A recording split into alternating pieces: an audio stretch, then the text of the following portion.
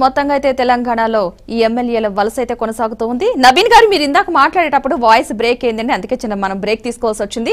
ఇప్పుడు మీ వాయిస్ క్లారిటీగా ఉంది, మాట్లాడండి నవీన్ గారు.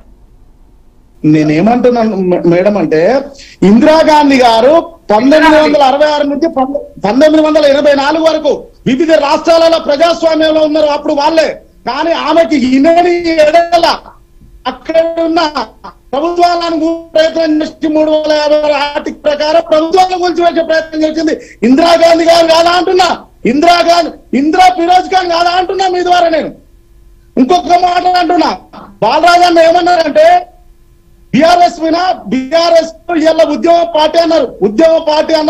ఉద్యమ పార్టీలో ఆ రోజు కేసీఆర్ గారు ఉద్యమం పార్టీ పెట్టి ఉద్యమం చేసినప్పుడు నేను ఒక ముసలోని, నా భార్య ముసలిది, పక్కన ఉంటాము, నా బిడ్డ అమెరికాలో ఉంది, నా కొడుకు అమెరికాలో ఉన్నాడు, ఎక్కడో నౌకరీ చేసుకుంటున్నాడు అని చెప్పారు. కానీ ఇటువంటి ఉద్యమకారులు వాస్తవం కావచ్చు, నేను కాదనట్లేదు. బాలరాజ్ లాంటి వాళ్ళు కానీ గెల్లు శ్రీనివాస్ లాంటి వారు కానీ చాలా మంది ఉన్నారు. మరి వీళ్లకు క్యాబినెట్ లో చోటు ఇవ్వకుండా ఇదే కాంగ్రెస్ ప్రభుత్వము మంత్రిత్వ శాఖలు ఇస్తే యువజన క్రీడల శాఖ మంత్రి హరీష్ రావు గారు ఎమ్మెల్యే కాకుండా కూడా మంత్రిత్వ శాఖ ఇప్పించారు. మరి అప్పుడు కనబడలేదా ఉద్యమ నాయకులు? నేను అడుగుతున్నాను మీ ద్వారా.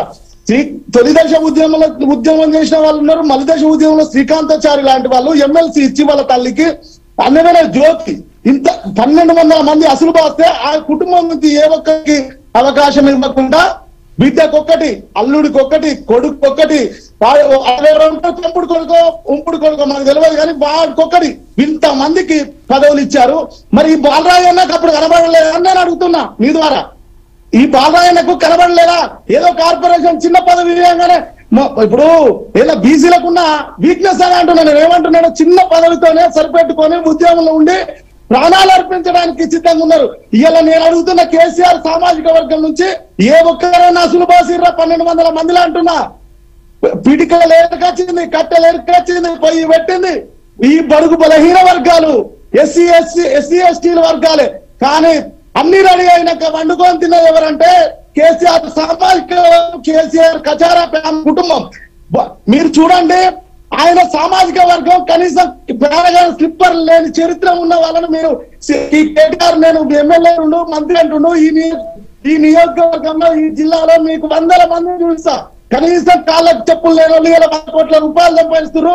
తిరుపల్లి సంతోష్ కుమార్ వాడు చిన్న ఉంటాడు, చిన్నపాటి కారబారి ఉండే, ఇవాళ 300 కోట్లు సంపాదించాడు. 12 కోళ్లను వేస్తాడు, రివాల్ చేరేసుకుంటాడు, కూర్చొని కోట్లాది రూపాయలు సంపాదించి కనీసము ఈ ప్రభుత్వం ఆ టీఆర్ఎస్ ప్రభుత్వము 10 సంవత్సరాలు ఉన్నప్పటికీ కూడా ఏ రోజు కూడా పోలీసు వాళ్ళు కానీ ప్రభుత్వం చట్టం ఎప్పుడు కూడా తన మేరలో కూడా చూడలే. ఇటువంటి వాళ్ళు 100 కొద్ది ఉన్నారు. పేరగా స్లిప్పర్లు 300 రూపాయల నౌకర్యాలు ఇలా 100,000 కోట్లు లక్షలు సంపాదించి తెలంగాణ ప్రజాధనాన్ని దోచుకొని ఇలా తెలంగాణను అప్పుల పాలు చేసి మిగులు బడ్జెట్ ను లోబడి చేసిన చరిత్ర కేసీఆర్ కాదా అంటున్నా నేను మీ ద్వారా. ఓకే.